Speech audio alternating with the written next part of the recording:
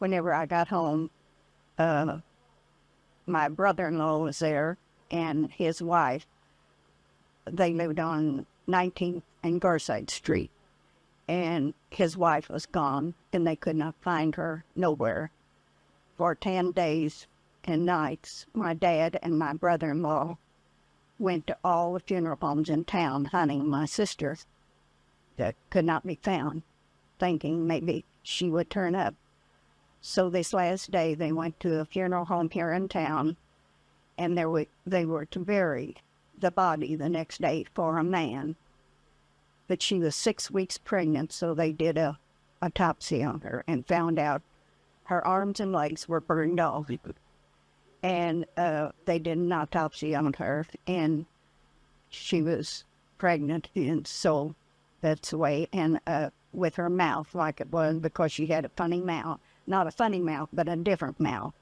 And they found out that it was my sister. So after 10 days, we got to bury her body. And as the storm skipped over into DeSoto, it killed my grandmother. My grandfather had her in his arms, and the tornado sucked her out of his arms and took her in a field in the back of their house, and a 2x4 hit her in the head and killed her. And our house was not hurt, only just one window in the kitchen was broke out. But we had 8 people come into a 4-room house where there was already 5 of us to stay until they could get things done for them to get into some kind of shelter somewhere. So we was really crowded, but we were together, and that's what counted.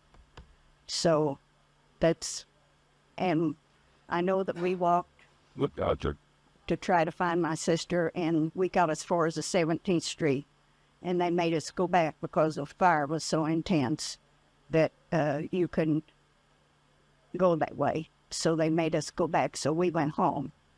But my dad and my brother-in-law just kept on until they found my sister. So that's what I remember about the tornado, and it's just like it was yesterday. I don't remember the storm arriving. I guess I was too young to realize just the extent of it. We were all herded out into the hallway, the central hallway.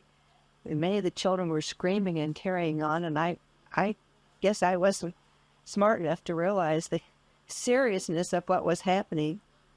That particular school was the least damaged. One corner came down. That was the southeast corner. Some bricks fell, and there was some damage there, but it was very extensive. After the tornado was over, we were allowed to go home. My sister was older than I, and I went home. We had the good sense to avoid the wires. There were electric wires that were down, which could have electrocuted us if we hadn't avoided them. My next memory of the tornado was the evening when the fire was so bad.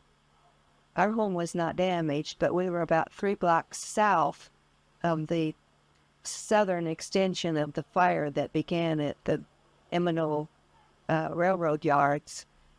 My father's business was on Walnut between 16th and 17th, and it was burned.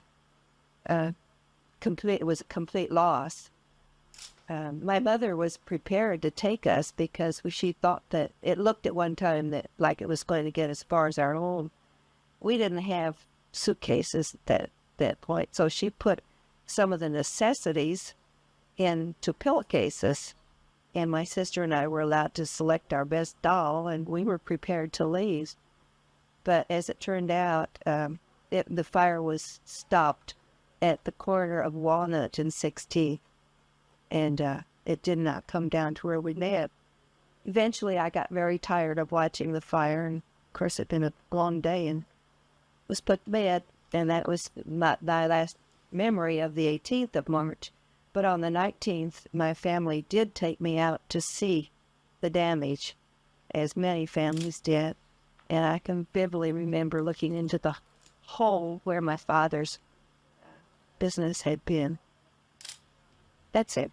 When the tornado came, I was in their home, and they told me to go out and see what was.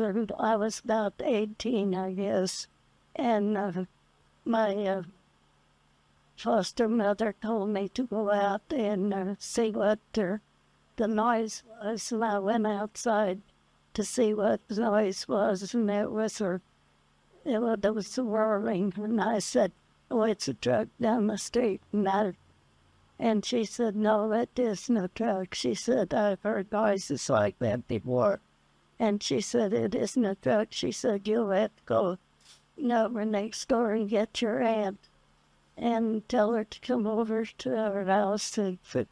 It's a storm, and if we get blown away, we'll all go together."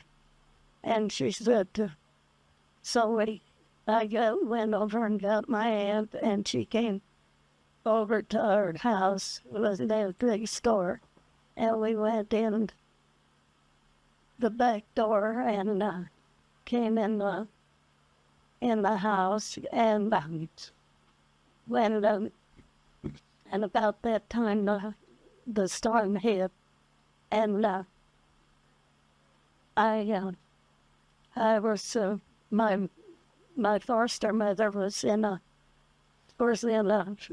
wheelchair. She couldn't walk, and she had her grandson on her lap, and she got behind the stove, and she had two limbs, two beams crossed over her head, but she wasn't hurt.